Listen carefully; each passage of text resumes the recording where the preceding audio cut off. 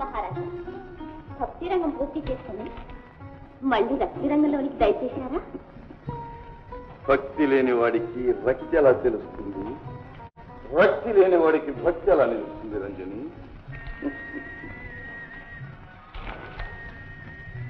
రంజని, ఇక నువ్వే నా మనోరంజని. ఎన్నాళ్ళ బ్రతికినన్నా? మీ మాయ మాటలు నేను నమ్ముతాను అనుకున్నారా? ఈ రాజనర్తికి మీద అనురాగం మీ రాణి గారు వచ్చే వరకేనని నాకు తెలియదా? రాణి ఎవరు? ఏమో, మీరు ఏ మహారాజా కన్యను పెళ్లాడతారు ఇప్పుడే నేను ఎలా చెప్పగలను? రంజని, నీవు మా ప్రేమను అనుమానిస్తున్నావు. మహారాజ కన్య కాదు, మహామహా చక్రవర్తి కన్య వచ్చినా మాకు అక్కర్లేదు. నీవే మా రాణి. ఇదిగో మా రాజముద్ర. ఇప్పుడే నీ కళ తెలుస్తుంది.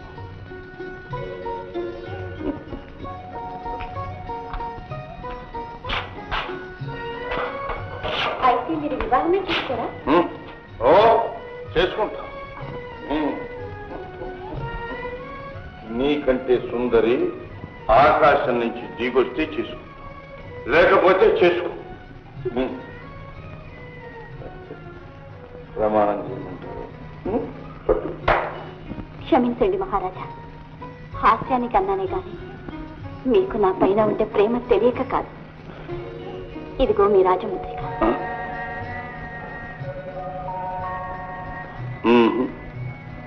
వద్దు రంజని, వద్దు. ఇది మా ప్రేమ చిహ్నంగా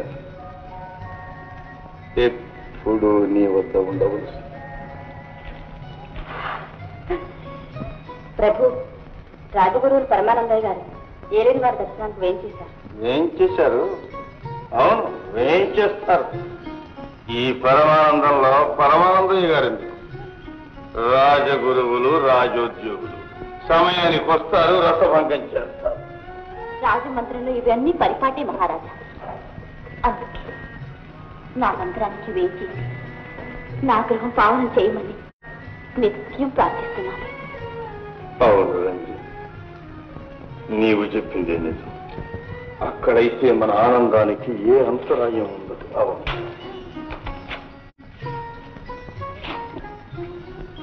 ఈ రాత్రికి మేము తప్పకుండా వస్తాం. ధన్యవాదాలు ప్రభు.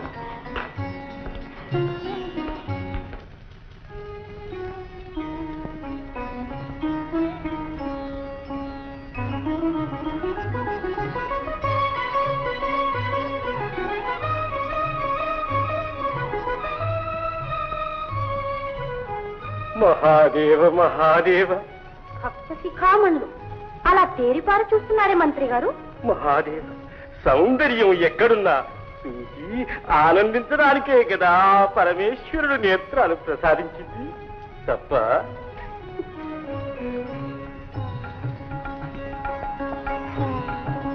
నమస్కారం గురువర్య, నమస్కారం. దీర్ఘాయుష్మాన్ భవ. చిత్తగించారా రాజనర్తకి? ఇంతకు ప్రజలకు మార్గదర్శకుడు కావలసిన మహారాజే నిత్యం మధుపానం సేవిస్తూ శివ పూజ కూడా మరచి ఆ రాజనర్తకి చేతిలో కీలు బొమ్మైపోయాడు.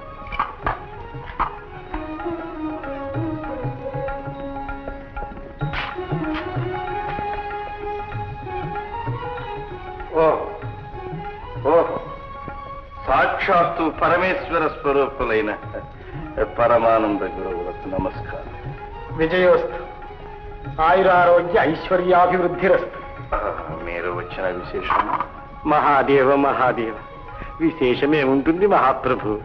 రాజగురువులు తమరికి సన్మార్గోపదేశం చేయడానికే వచ్చి ఉంటారు. సత్యం సత్యం. మహారాజా, జన్మానాం నరజన్మ దుర్లభం అన్నారు. అందులో తమరు నరేంద్రులై జన్మించారు. ఇంతటి మహోత్కృష్టమైన జన్మనొసగిన పరమేశ్వరుని పూజ కూడా తాము విస్మరించటం. విస్మరించలేదు గురుదేవ. రాజమందిరంలో యథావిధిని పూజలు జరిగించటానికి పురోహితులను నియమించి ఉన్నాం. ప్రభు, రాజకార్యాలకు ఉద్యోగులను నియమించవచ్చు కానీ పూజలకు కూడానా? 3 వేళల 3 ఘడియలు భక్తితో స్వయంగా శివపూజ చేయడం తమరికి కష్టమంటారా? ఎంత మాట గురుదేవా, ఎంత మాట! పరమేశ్వరుని పూజ కష్టమా? సరే, నేటి నుండి మేమే స్వయంగా పూజ చేస్తాం గురుదేవ. చాలా సంతోషం. మహారాజా, తాము ఎట్టి స్థితిలో ఉన్నా ఎక్కడున్నా సమయభంగం కాకుండా మాత్రం శివపూజ చేయండి.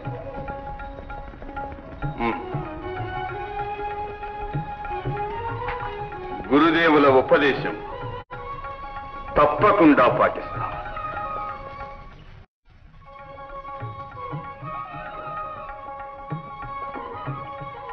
అమ్మాయి గిరిజా, గిరిజా,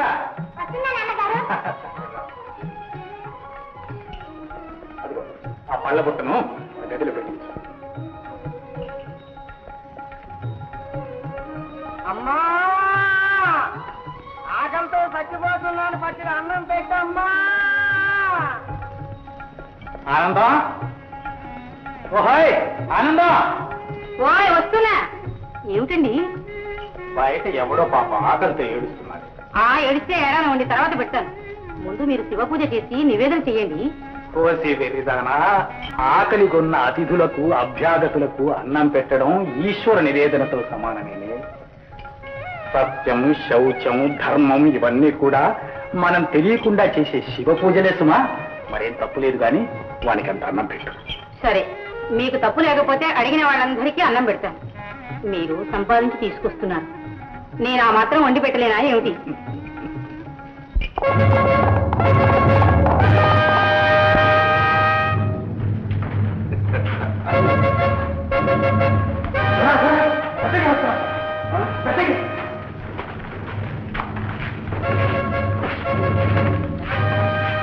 దండాలు ప్రభు, దయచేయండి.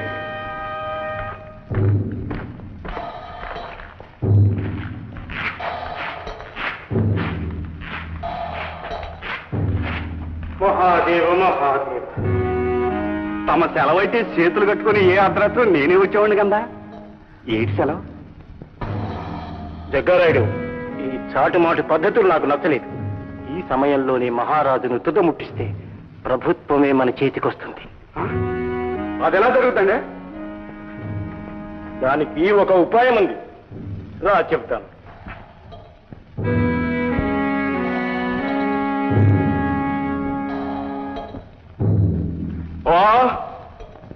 ఈ అడవిలోనే రాజు ఒంటిగా దొరికితే తుండు తుండుగా నరికి పడతాను మా ప్రభావం. అది చెప్పడానికే వచ్చాను, జ్ఞాపకం ఉంచుకో. జాగ్రత్త, వస్తాను.